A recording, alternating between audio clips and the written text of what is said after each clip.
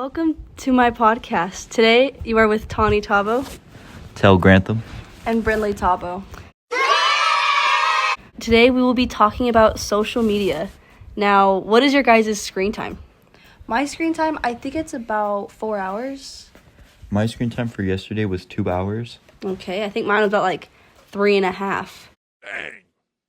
I'm going to tell you guys a fun fact. Did you know 69% of adults and 81% of young people have social media in the United States? Oh, wow.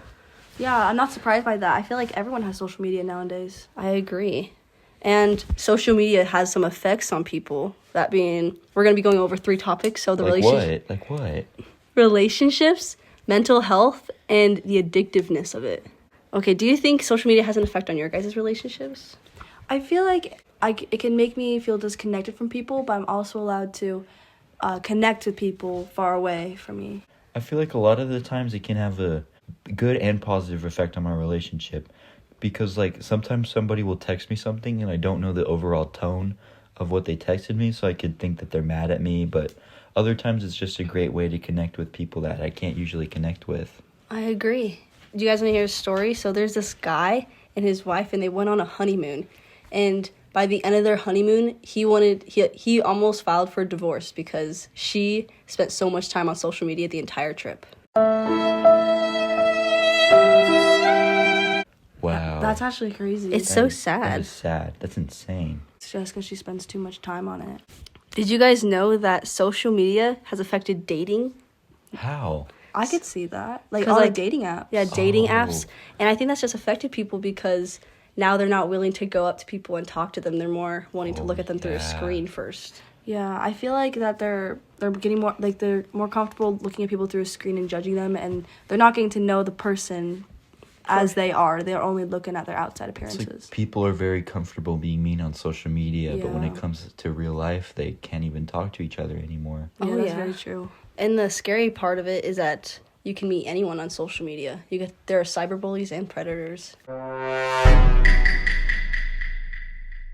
Especially, there's a lot of predators on social Yeah. media because they can catfish and voice modulate and all stuff like that. It's crazy. Yeah. It's sad. They're everywhere. Okay, and our next segment is about mental health. Now, do you guys think social media has affected your guys' mental health? Not to get touchy. I feel like it has because you always are comparing yourself to people. You always see a person who's doing exactly what you want to do.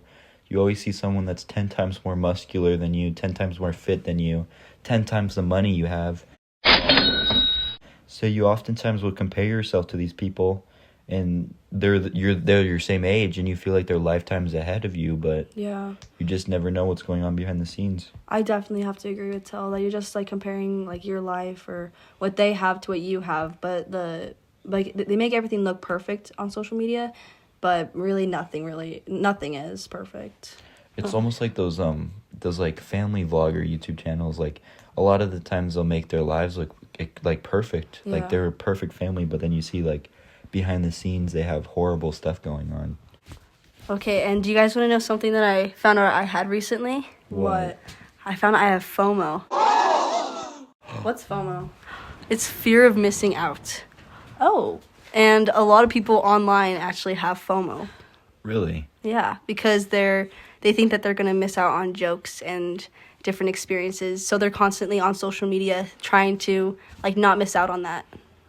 I could see that. Sometimes I see some friends are hanging out and then I get FOMO and then I'm like, wait, why wasn't I invited, or you know what I mean? Yeah, I agree I'm with missing that. out on the experience or Was something. I not good enough to hang out with you guys? Yeah. But maybe I just wasn't included in the plan, and it wasn't out of malice or Yeah. anything. I think FOMO also could cause anxiety and depression. Create just a 'cause- divide between you and Yes, your friends. definitely. Definitely. Oh, yeah. It's addictive, I feel. And did you know that social media lights the same parts of your brain that hardcore drugs do? Really? Just the dopamine of it. Same thing as hardcore drugs. Yeah, because people are addicted to their phones and they yeah. can't get off or can't not be on it for 5 minutes. I see a lot of kids and they're just constantly on their phones and they can't handle when they're not with it. Yeah. Especially the younger generations with iPads and stuff. Oh, Yeah. Now, in the end, what's your guys' opinion on social media? For me, I think there's good and bad and everything, Definitely. but I feel like for social media, you need it needs to be for only older people, because if you start out young on social media, you tend to be addicted. But if you start a bit older, you still can get addicted, but you don't have you're not growing up with the addiction, which kind of solidifies it, in my opinion, at least. I agree with that. I do think that there needs to be some kind of regulations on it, because all these bad side effects or bad effects that can happen from it, it's like it can affect everyone, anyone. So there needs to be regulations to help people. I agree with you. I just think social media can be a really dangerous place. All the negative effects can definitely affect younger generation, with it being addictive and the people you can meet. So I just wanted to thank you guys for being on my podcast. And again, this was your host, Tawnee Tahbo. Tell Grantham. Brinley Tahbo. Yeah!